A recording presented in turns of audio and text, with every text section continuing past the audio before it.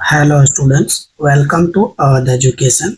आई hope कि आप सब लोग वेल एंड गुड होंगे एंड साथ ही में आप लोग प्रीवियस क्लासेस को भी अच्छे से वॉच कर रहे होंगे, जिसमें हमने सब्जेक्ट है आपका टैक्सेशन टू। यूनिट नंबर 1 है profits and gain of business और प्रोफेशन, जो कि हमने इंट्रोडक्शन स्टार्ट किया था। और ये इंट्रोडक्शन की आपकी लास्ट क्लास है, मीन्स की इंट्रोडक्शन में थोड़ा ज़्यादा डिटेल में था, तो इसको हमने 3 पार्ट में कवर किया है। मीन्स 2 पार्ट मैंने आपको दे दिया है एंड ये आपका 3rd पार्ट है। तो चलिए बिना टाइम वेस्ट किए हुए अब आगे बढ़ते हैं। यस, पॉइंट नंबर 15 था जिसको हमने मतलब कवर कर लिया था, बट यहाँ थोड़ा सा रिकॉल कर लेते हैं। लॉस ऑन एनिमल, जिसका सेक्शन है 36, सब सेक्शन 1 है, क्लॉज 6 है। When the animal used for the purpose of business, not as a stock in trade, have died or become permanently useless, such a loss is deductible। मतलब कहने का ये मतलब है कि जो आपके एनिमल है यानी प्राणी हैं, उनका यूज किसके लिए होना चाहिए? बिजनेस के पर्पस के लिए होना चाहिए, ना कि वो स्टॉक इन ट्रेड के लिए होना चाहिए। अगर उनकी मान लीजिए किसी कारण से मृत्यु हो जाती है या फिर वो परमानेंटली यूजलेस हो जाते हैं, नहीं उपयोगी, बिन उपयोगी हो जाते हैं हमेशा के लिए, तो इस केस में जो आपका लॉस होगा वो डिडक्टेबल होगा। सिंपल। अब देखिए यहाँ और भी कुछ लिखा है। The loss allowed return of allowance, it is difference between actual cost of such animals and sale price the animal it deal death body. तो सीधी सी बात है, कौन सा लॉस अलाउ है यानी रिटर्न ऑफ कर सकते हो आप, यानी लेस कर सकते हो डिफरेंस बिटवीन एक्चुअल जो कॉस्ट होगा सच एनिमल या फिर उसकी जो सेल्स प्राइस होगी एनिमल की या फिर उसकी डेथ बॉडी की, तो वो डिफरेंस कंसिडर किया जाएगा। सिंपल, यहाँ तक हमने कवर किया था। 16 नंबर का पॉइंट है बैड डेप्ट, जिसका सेक्शन है 36, सब सेक्शन 1 है, क्लॉज 7, जो कि हमने कहा था नेक्स्ट क्लास से कवर करेंगे। एनी डेप्ट और part therefore allow is deduction if become bad dept in the previous year. सबसे पहले तो वो प्रीवियस ईयर में होना चाहिए, सिंपल। एंड वो क्या बैड डेप्ट हो, बैड डेप्ट उसको कंसिडर किया गया होना चाहिए तो ही वो अलाउ होगा, ये कहा गया है। But certain conditions must be fulfil before it is allow as a deduction. तो वो डिडक्शन आपको मिले उससे पहले कुछ ऐसी कंडीशन है जिनका फॉलो होना जरूरी है। वो कौन कौन सी है, चलिए फटाफट से रीड कर लेते हैं। नंबर ए है द बैड डेप्ट must be incident to business और profession carry by the assessee, यानी जो टैक्स पेयर होता है वो पर्सन। क्या होना चाहिए? हम अभी तक जितने भी पॉइंट पढ़ रहे हैं उसमें तो सबसे पहला यही होना चाहिए कि वो क्या बिजनेस और प्रोफेशन का पार्ट होना जरूरी है, तो ही वो कंसिडर किया जाएगा।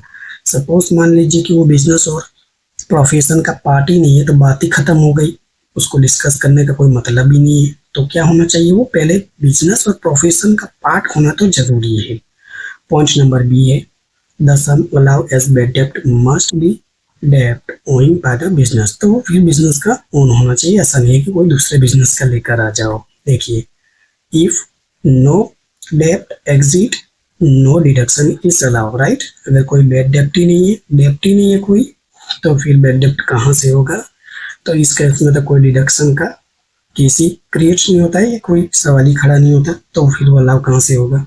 पॉइंट नंबर सी है the amount should have been taken into the account computing the income of the previous year or the earlier previous year. तो सीधी सी बात है, वो प्रीवियस ईयर का होना चाहिए, उसके पिछले प्रीवियस ईयर का होना चाहिए। Number D if should have become irrecoverable in the accounting year which is deduct is claim। तो जो रिकवर करना इम्पॉसिबल हो तो वो क्या है, डिडक्शन के लिए एलिजिबल है।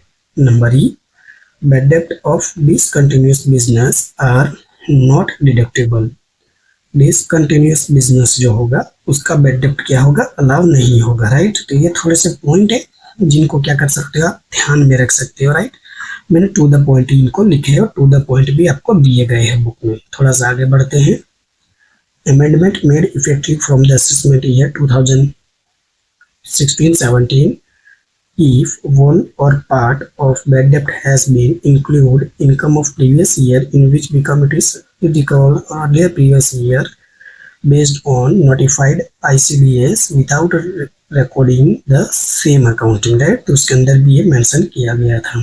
नंबर ये है any amount written off bad debt letter received in full or part, the amount so recovered is taxable in which year it was received. यानी कहने का यही मतलब है, मान लीजिए कि अगर वो बैड डेप्ट क्या होता है, रिकवर होता है, चाहे वो पूरा हो पार्टली यानी कुछ भी उसके पार्ट का, तो फिर वो क्या हो जाएगा, वो आपके लिए टैक्सेबल हो जाएगा जिस ईयर में वो आपको रिसीव होगा। सिंपल, ये थोड़े से पॉइंट है, लॉजिकली भी आप इसको समझ सकते हो। पॉइंट नंबर 17 है ट्रांसफर टू स्पेशल रिजर्व, जिसका सेक्शन डील करेगा 36 subsection 1 clause 8। It is allow deduction, ये अलाउ तो है बट कुछ लिमिट है, limit of 20% eligible business profit. तो बिजनेस प्रॉफिट का एलिजिबल कितना है, लिमिट है 20%, और अमाउंट जो ट्रांसफर करोगे विच एवर इज लोअर, यानी दोनों में से जो कम हो वही क्या है आपका एज ए डिडक्टेबल के लिए अलाउ है। Simple. Point number 18 expenditure for promoting family planning. Promoting family planning का जो एक्सपेंडिचर यानी जो खर्च होगा उसके लिए सेक्शन डील करेगा आपका section 36 subsection 1 clause 9। Any bona fide expenditure, कोई भी आपका बोनाफाइड एक्सपेंडिचर हो सकता है, incurred by a company purpose of promoting family plan against its employ deductible fully if it is of revenue nature. पहले तो क्या वो रेवेन्यू नेचर का होना चाहिए, जो भी कंपनी के द्वारा दिया गया होगा वो फुल्ली डिडक्टेबल है, राइट? एकदम सिंपल है। बट क्या है, देखिए, if expenditure of a capital nature it is deductible in 5th equal annual instalment commencing from the previous year which is incurred. मान लीजिए कि वो कैपिटल नेचर का है तो क्या है, इक्वली 1/5, यानी जैसे 10,000 है, इसका 1/5 करोगे तो ये 2,000 होगा, और बस ये इतना ही डिडक्टेबल आपको मिलेगा कैपिटल नेचर का होगा तो। लेकिन वो रेवेन्यू नेचर का होगा तो आपको फुल्ली डिडक्टेबल है। सिंपल। पॉइंट नंबर 19 है the deduction in respect of expenditure on advertisement is fully allowed. अगर वो एडवर्टाइजमेंट के लिए एक्सपेंडिचर जो हो रहा है वो फुल्ली अलाउ है if it is not capital expenditure or personal expense of the SSC। लेकिन वो क्या कैपिटल नेचर का नहीं है और पर्सनल एक्सपेंस है, fully allow if not capital expenditure और पर्सनल एक्सपेंसेस। वो अगर वो कैपिटल एक्सपेंडिचर नहीं है और पर्सनल एक्सपेंसेस नहीं है तो। Simple.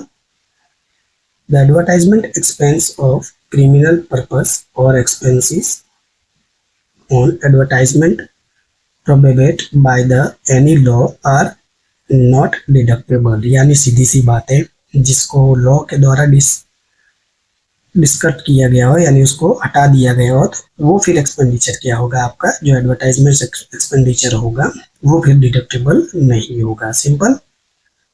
No deduction is available in respect of expenditure incurred by the SSC on advertisement in any server, voucher, tract, pamphlet और like published by political party, जिसका हमने ऊपर डिस्कशन किया था सेक्शन 37 सबसेक्शन 2B। तो इस केस में आपको कोई डिडक्शन अवेलेबल नहीं है, राइट? तो यह थोड़ा सा आप ध्यान में रख सकते हो। पॉइंट नंबर 20 है security transaction tax paid provided the income arising from a such tax securities transaction is included under the head of income section 36 subsection 1 clause 11। तो ये क्या करेगा, इससे ये डील करेगा। सिंपल। पॉइंट नंबर 21 है similar provision has been made for commodities transaction tax. तो ये सेम प्रोविजन है जो कि कमोडिटी ट्रांजेक्शन टैक्स है, तो उसको भी क्या किया जाएगा, इसी हेड में डील किया जाएगा। एंड लास्ट पॉइंट है आपका any expenditure on traveling for business purpose is allowed fully for deduction। यानी का कोई भी आपका खर्च हो जाए जब आप ट्रैवलिंग में कर रहे हो लेकिन वो बिजनेस के पर्पज से है, तो वो क्या आपको फुल्ली अलाउ है एज डिडक्शन, तो पूरा का पूरा क्या कर सकते हैं आप, डिडक्ट कर सकते हो। तो ये था आपका पॉइंट नंबर 7, जो कि बहुत ही लंबा चौड़ा पॉइंट था। आइए एक बार रिकॉल करा देता हूँ मैं आपको। ये देखिए, हमने इसको कल कल नहीं, मीन्स प्रीवियस क्लास में हमने शुरू किया था, राइट। और देखिए यहाँ से हमने इसको स्टार्ट किया था। जस्ट अ सेकेंड, यस, ये देखिए पॉइंट नंबर 7 आपका, यहाँ से हमने इसको स्टार्ट किया था, राइट। तो बहुत सारे इसके अंदर पॉइंट थे, हमने बहुत से इसको डिटेल में भी कवर किया है। ऐसा नहीं है कि हमने थोड़ी बहुत चीज़ों को कवर किया है, इसको फुल्ली डिटेल में कवर किया है। तो मुझे नहीं लगता है कि अब आपको थोड़ी सी भी परेशानी होगी, राइट। तो अब हम थोड़ा सा आगे बढ़ते हैं एंड पॉइंट नंबर 8, जो कि अब काफ़ी छोटे छोटे पॉइंट है, फटाफट से कवर कर लेते हैं। Generally allowable deduction section 37 sub section 1। तो ये जनरली अलाउ यानी ये अलावेलेबल है, जो कि क्या है, जो सेक्शन 30 to 36 के अंदर नहीं आते हैं, उसके सिवाय के जो सेक्शन है वो सेक्शन 37 सब सेक्शन 1 के साथ डील करेगा, जिसको आप जनरल एक्सपेंस भी कह सकते हो। कंडीशन क्या है, फटाफट से देख लेते हैं। नंबर 1 है वोली एंड एग्जीक्यूटिव हो, तो वो क्या है, पूरा का पूरा अलावेलेबल है। Number 2 must related to the business, अगर वो कोई बिजनेस के रिलेटेड है तो भी वो क्या है, वो डिडक्शन अलाउ है। Point number 3 not in capital nature, अगर वो कैपिटल नेचर का नहीं है और सेक्शन 43B से डील करेगा तो वो अलाउ है। सिंपल है, अंदर कुछ खास लिखा नहीं है, पता नहीं है क्यों शोर शराबा करने लगे बच्चे। पॉइंट नंबर 4 है नॉन पर्सनल हो, तो फिर ये क्या है, it should not be personal expense bye the SSC for insurance exam insurance premium of the life policy of the assessee. तो वो क्या होना चाहिए, वो पर्सनल एक्सपेंस नहीं होना चाहिए, राइट। नॉन पर्सनल यानी पर्सनल नहीं होना चाहिए, तो फिर वो अलाउ है। नंबर 5 लीगल एक्सपेंस होना चाहिए, right. It should not have been incurred for any illegal business, वो इलीगल बिजनेस होगा तो फिर वो इस केस में अलाउ नहीं होगा। 6 है revenue, it should has been expenditure of revenue nature incur in the previous year, तो प्रीवियस ईयर के अंदर का होना चाहिए, रेवेन्यू नेचर होना चाहिए, तो वो ऐसे अलाउ है। 7 incurred in the previous year, सीधी सी बात है, प्रीवियस ईयर का होगा तभी तो वो अलाउ होगा। अब आप कहोगे सर वो कौन कौन से हो सकते हैं, तो देखिएगा आपकी स्क्रीन पर examples of general allowable deductions, बहुत सारे एग्जाम्पल्स है, राइट। जैसे for number 1 expenses in respect of purchasing, manufacturing, sales of goods में जो भी आपका खर्च हो जाएगा वो एज अ अलाउ है डिडक्शन के लिए, राइट। जनरल एक्सपेंसेस है फॉर रनिंग बिजनेस और profession not cover by section 30 to 36 is discuss above, तो जो हमने ऊपर डिस्कस किया सेक्शन 30 से 36, उसके अंदर मान लीजिए कोई जनरल एक्सपेंस है और नहीं आता है तो वो यहाँ अलाउ है, बट कंडीशन क्या है कि वो बिजनेस और प्रोफेशन की ही इनकम होनी चाहिए, राइट। तो ये बहुत सारे एग्जाम्पल है, आप पढ़ लीजिएगा अपने एंड से, राइट। बहुत सारे दिए हुए, ये देखिए यहाँ भी है थोड़े बहुत, ये देखिए यहाँ भी बहुत सारे हैं, तो आप ये पढ़ लीजिएगा, राइट। मैं इसके PDF आपको टेलीग्राम पे शेयर कर दूंगा, वहां से आप डाउनलोड कर सकते हो। अब बात करेंगे हम पॉइंट नंबर 9 की, expenses expressly disallow section 37 sub section 1 and 40, तो दो सेक्शन साथ में डील करेगा, जो कि कुछ ऐसे एक्सपेंस है उनको सीधा से सीधा क्या कर दिया जाएगा, डिसअलाउ कर दिया जाएगा। Certain expense and payments are not allowed to deduction from business income, जैसे कि नंबर 1 है for all type of SSC, जैसे नंबर 1 हो गया इसके अंदर advertisement in souvenir voucher pamphlet of any political party is not allowed, section 37 sub section 2B, तो ऐसी कुछ चीजें हैं। Number 2 any interest royalty fees of technical service और any other amount payable outside India payable in India, non-resident non-company SSC to foreign company on which has tax been deducted at source after deduction tax not have been deposited before the time limit specific in the act। तो ये कुछ expenses है जो कि आपको क्या है, allow नहीं करते हैं डिडक्शन के लिए। पॉइंट नंबर 2 है in case of partnership firm हो, पार्टनरशिप का फॉर्म का केस हो तो any amount paid by way of interest हो, सैलरी हो, बोनस हो, कमीशन हो, रेमुनेशन हो by the firm to any partner of the firm expressly disallow except in case of approved salary or bonus or commission or remuneration paid to working partner is authorized by the partnership deed, but rent paid is to be partner for using building for business firm is deductible। तो कुल पूरा कहने का यही मतलब है कि right, ये जो ऊपर है expressly did allowed accept in approval salary, यानी अप्रूव्ड के सिवाय हो तो ये डिसअलाउड है, और अप्रूव किया हो गया हो तो ये अलाउ है, राइट। अब यहाँ नोट है, ये नोट भी इंपॉर्टेंट रखता है, तो चलिए इसको थोड़ा सा रीड करते हैं। नंबर 1 है, even if interest on partner capital is authorise by partnership deed, interest is excess of 12% पर एनुअल रेट इज डिसअलाउड, यानी ये पार्टनरशिप डीड है उसमें आपका इंटरेस्ट 12% पर एनुअल से एक्सीड करता है, यानी ज़्यादा जाता है, तो उसके बाद जो ज़्यादा होगा वो डिसअलाउ हो जाएगा। मैक्सिमम लिमिट कितनी है? 12% है।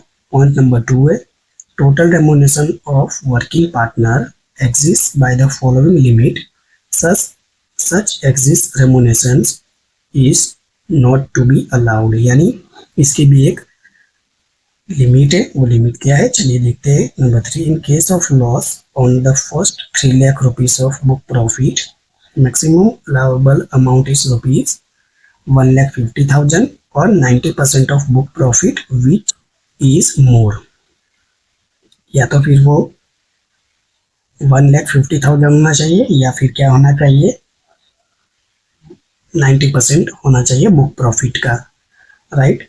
तो ये देखिए 3 लाख में से मैक्सिमम अलाउेबल डिडक्शन को आप लेस कर दोगे तो ये 1,50,000 या फिर 90% ये जो बुक प्रॉफिट है उसका जो आए, जिसमें से जो ज़्यादा होगा तो वो आपको अलाउ होगा।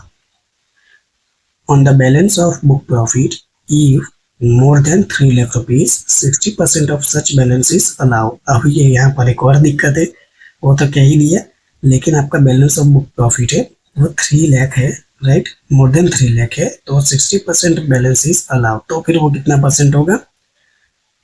इस केस में आपको फिर 60% ही अलाउ किया जाएगा।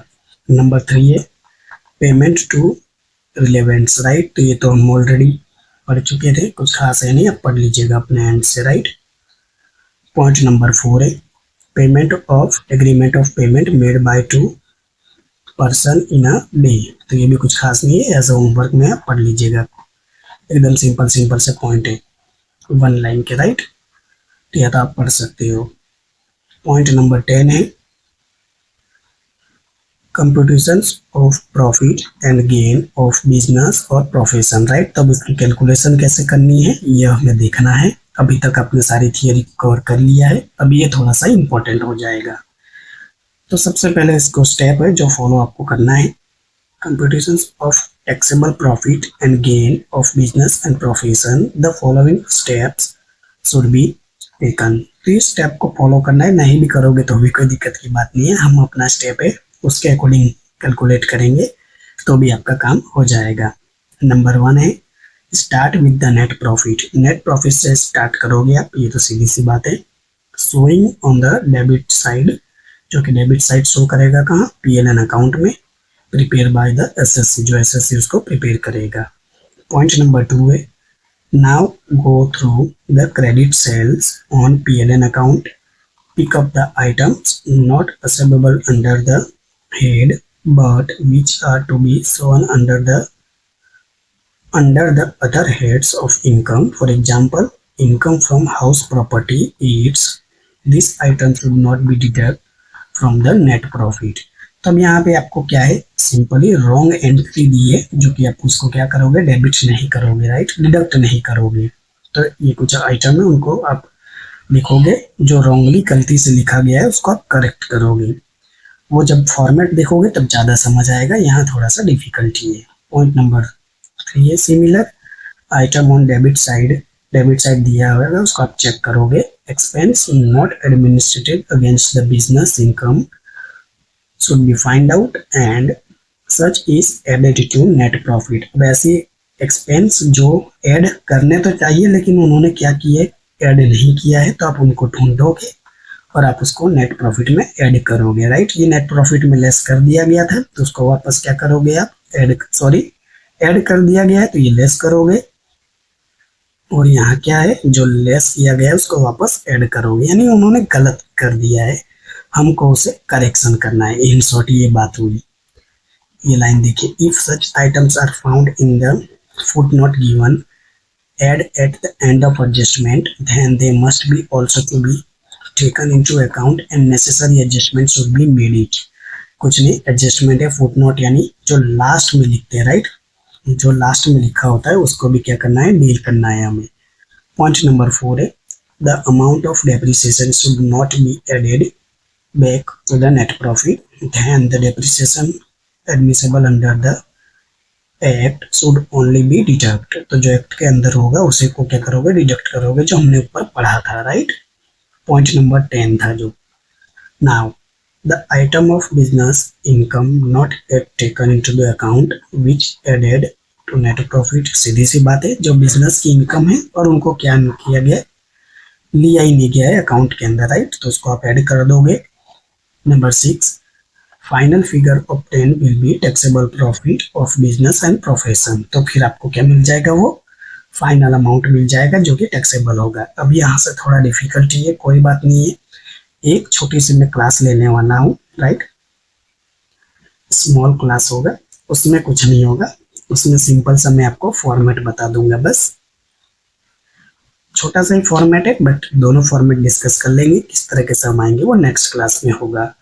एंड एक लास्ट पॉइंट है आपका 11 नंबर का, few hint for tax planning. तो क्या क्या हिंट हो सकती है टैक्स प्लानिंग के लिए, 5 पॉइंट दिए, चलिए रीड कर लेते हैं। Number 1 an SSC has to be taken approved decision in case of setting up new business और venture with reference to its location legal from its entity and also in nature of such manufacturing और training activity. This decision are very crucial as they are going to affect probabilities, investors share of profit and loss and tax incidents. कुछ खास नहीं है, right. एक hint दे रहे हम, select of a capital structure is also going to affect the profitability, tax burden and return of capital employed, यानी इसी को क्या बोल देते हैं, ROCE, राइट। पॉइंट नंबर 3 है डिडक्शन रिगार्डिंग मेक और बाय, राइट। अभी क्या सजेशन देना। पॉइंट नंबर 4 है deduction regarding buy as a property to take on lease will also affect profitability, tax burden and return on capital employed. In case of purchase of business assets the SSC will allow depreciation against rent payable on its acquisition under the lease agreement. अब यानी अब हम क्या इनको hints दे रहे हैं, right, कि आपको क्या करना चाहिए क्या नहीं। जैसे ये कहने का ये मतलब है कि आप जो क्या कर रहे हो, टैक्स बर्डन कैसे आ रहा है, तो आप क्या कर रहे हो, जो सब बिल्डिंग है उसको आप क्या करिए, परचेस कर रहे हो, राइट। तो वो आप पहले रेंट पे ले रहे हो, लीज पे ले रहे हो, राइट, लीज पे यानी भाड़े पे ले रहे हो आप एक प्रकार से, तो उस पर क्या आपको डेप्रिसिएशन का बेनिफिट नहीं मिलेगा, राइट। ऐसी कुछ चीजें ये सब बता रहे हैं। ये तो अब क्या पूरा स्टडी करेंगे उसके बाद ही हम इनको हिंट दे सकते हैं, एडवांस से तो कैसे देंगे, ये राइट। ये वैसे लास्ट में आना चाहिए बट मैंने थियरीज के अंदर इसको ऐड कर दिया था। Similarly they are many other factors like capitalisation of interest on borrowed capital, repair on replace are also going to affect tax incidents of the entity.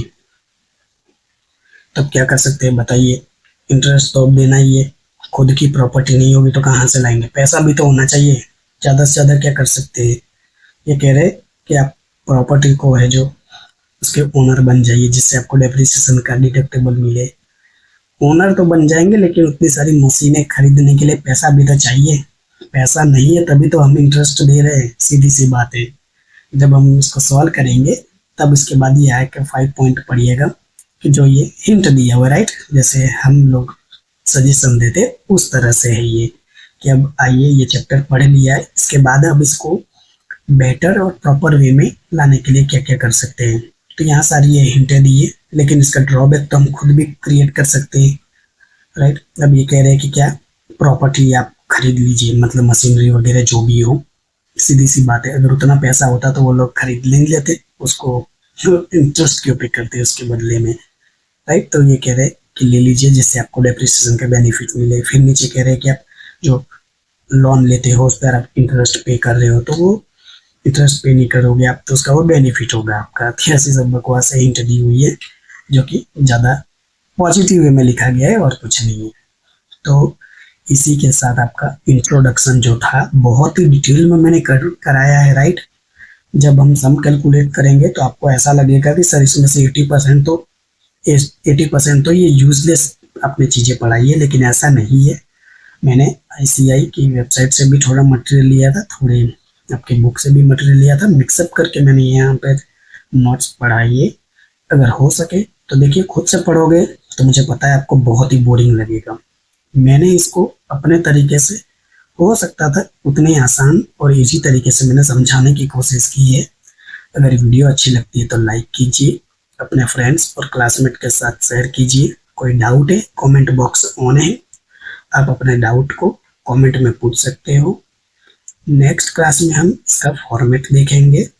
तो आई होप कि आप अभी तक चैनल को सब्सक्राइब नहीं किए हो तो चैनल को सब्सक्राइब कर दीजिए। मिलते हैं नेक्स्ट क्लास में जिसमें हम फॉर्मेट कवर करेंगे। वीडियो वॉच करने के लिए थैंक यू सो मच। तब तक के लिए आप अपना ध्यान रखिएगा। Take care, bye.